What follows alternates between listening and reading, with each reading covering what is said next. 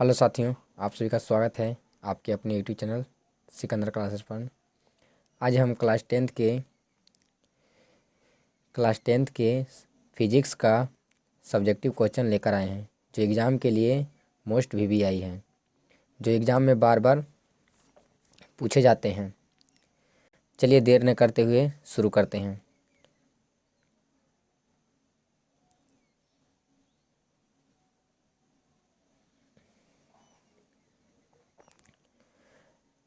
पहला क्वेश्चन, प्रकाश का परावर्तन किसे कहते हैं? सचित्र इसके नियमों का लिखें। प्रकाश का परावर्तन क्या है? प्रकाश का परावर्तन क्या है? तो जब प्रकाश की किरण किसी समतल दर्पण पर पड़ती है, मतलब ये कोई समतल दर्पण है, इस समतल दर्पण है, इस पर प्रकाश की किरण क्या होगी? पड़ेगी, मतलब समतल दर्पण से टकराएगी।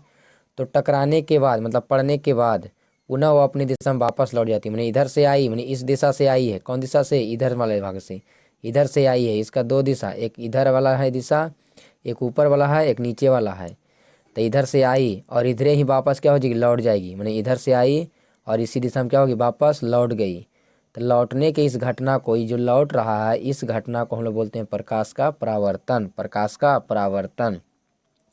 ये अभिलंब है, क्या रहेगा? अभिलंब, अभिलंब। तो कहेगा प्रकाश का परावर्तन क्या है? तो कोई प्रकाश की किरण समतल दर्पण से टकराएगी, टकराने के बाद पुनः वह उसी दिशा में वापस लौट जाएगी। मैंने उधर से ही आई थी, उधर ही वापस क्या होगी? लौट गई। तो लौटने की जो ये घटना है, इस घटना को ही बोलते हैं प्रकाश का परावर्तन। प्रकाश का परावर्तन। फिर एक बार समझिए, जब प्रकाश की किरण किसी समतल दर्पण से टकराएगी तो टकराने के बाद पुनः वह अपने दिशा में वापस लौट जाती है। तो लौटने की जो घटना है, उस घटना को बोलते हैं प्रकाश का परावर्तन। प्रकाश का परावर्तन। एक बार फिर बढ़िया से बना रहे हैं। ये दर्पण है, कौन दर्पण है? समतल दर्पण है। ये अभिलंब है, तो इधर से किरण आएगी, इधर से किरण क्या होगी? आएगी, ये टकराकर पुनः इसी से वापस लौट जाएगी।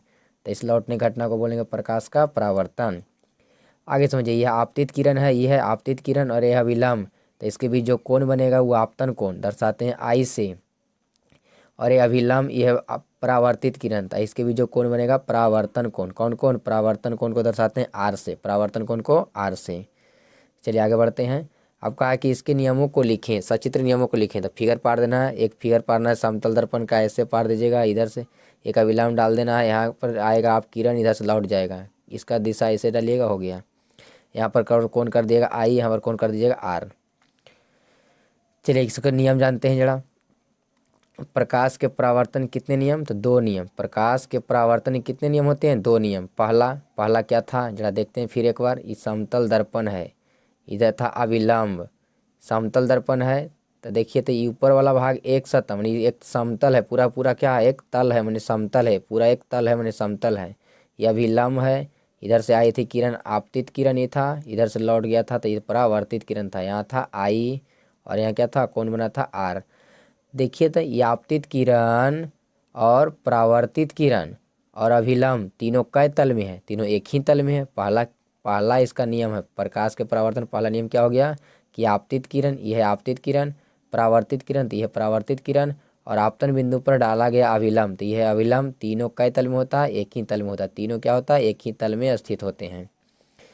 चलिए दूसरा नियम, आपतन कोण परावर्तन कोण के बराबर होता है। आपतन कोण जो होता है परावर्तन कोण के बराबर होता है। मानिए ये आपतन कोण है, ये परावर्तन कोण है, ये दोनों आपस में क्या होते हैं? बराबर होते हैं। ये दोनों आपस में बराबर होते हैं।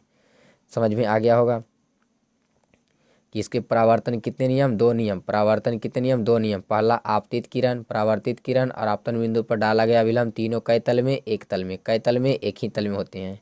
दूसरा, आपतन कोण परावर्तन कोण के बराबर होता है। आपतन कोण परावर्तन कोण के बराबर होता है। चलिए आगे बढ़ते हैं।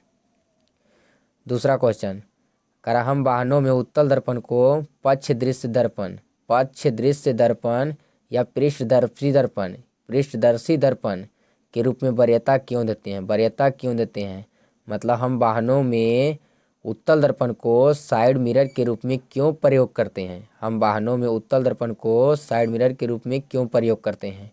एग्जाम में बार बार पूछा जाता है। चलिए समझते हैं। तो हम वाहनों में, जैसे कौन कौन वाहन हो गया? मोटर कार, बस, ट्रक इत्यादि में उत्तल दर्पण को पक्ष दृश्य दर्पण या पृष्ठदर्शी दर्पण के रूप में वरीयता देते हैं क्योंकि इसके निम्नलिखित कारण इस प्रकार हैं। क्योंकि इसके निम्नलिखित कारण क्या है, इस प्रकार है। पहला, यह वस्तु का हमेशा सीधा प्रतिबिंब बनाता है। यह वस्तु का हमेशा कैसा प्रतिबिंब, सीधा बनाता है।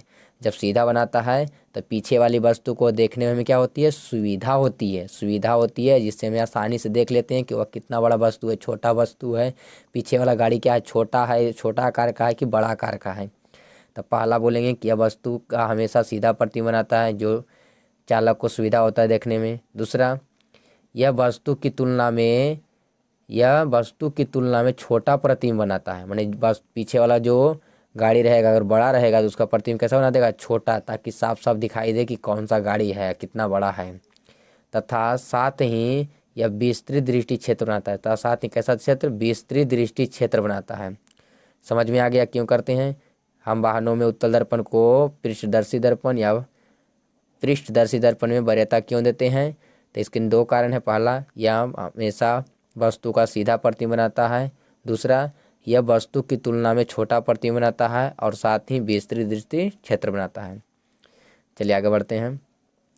तीसरा नंबर, आपतल दर्पण की मुख्य फोकस को परिभाषित करें। आपतल दर्पण की मुख्य फोकस को परिभाषित करें।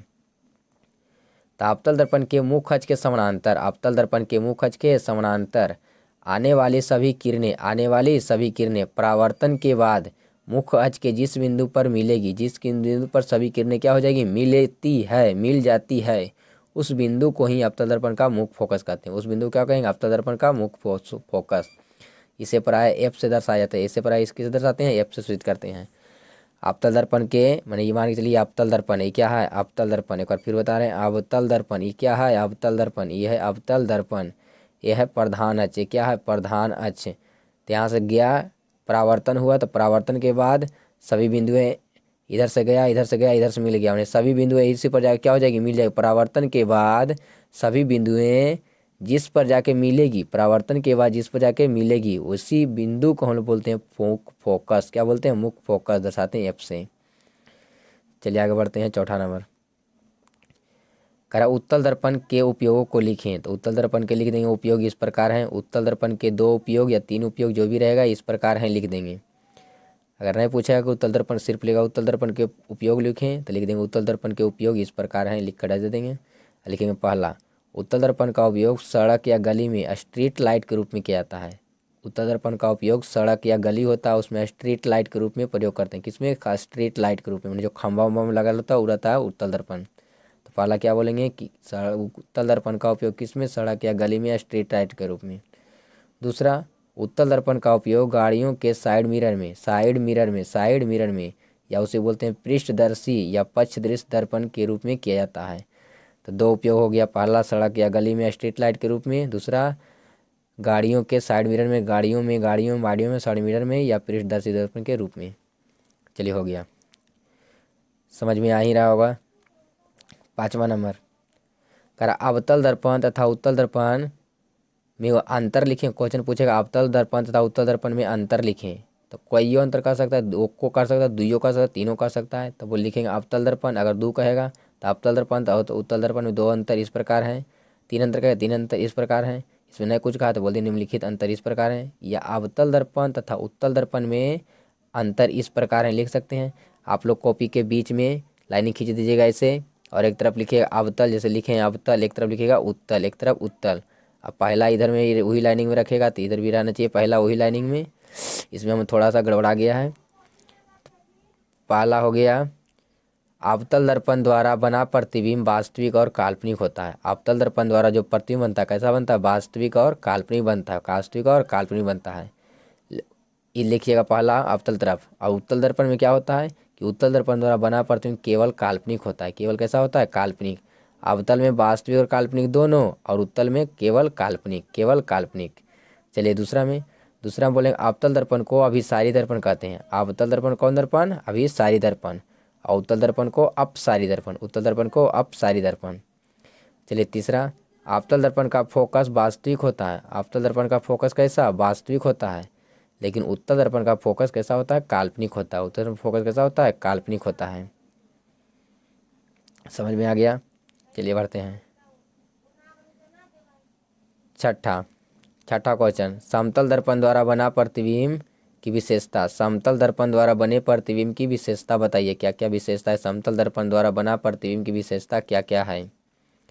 तो पहला विशेषता इसका है कि समतल दर्पण द्वारा बना प्रतिबिंब काल्पनिक होता है। समतल दर्पण द्वारा बना प्रतिबिंब कैसा होता है, काल्पनिक होता है। कैसा होता है, काल्पनिक होता है।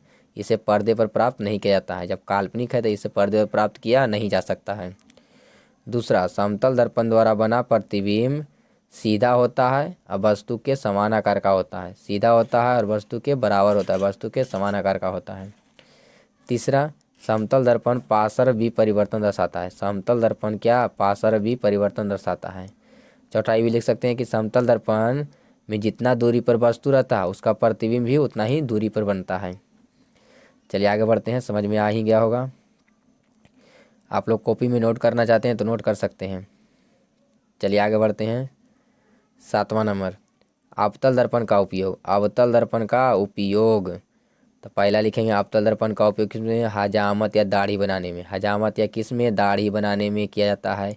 कहेगा क्यों, क्योंकि यह चेहरे का सीधा, चेहरे का कैसा, सीधा, बड़ा तथा काल्पनिक प्रतिबिंब बनाता है। काल्पनिक प्रतिबिंब बनाता है। पूछ देगा अवतल दर्पण का उपयोग हजामत बनाने में क्यों किया जाता है, तो बोलेंगे अवतल दर्पण का उपयोग हजामत या दाढ़ी बनाने में किया जाता है क्योंकि यह चेहरे का कैसा, सीधा, बड़ा तथा काल्पनिक प्रतिबिंब बनाता है। कैसा बनाता है, काल्पनिक बनाता है, सीधा बनाता है और बड़ा बनाता है।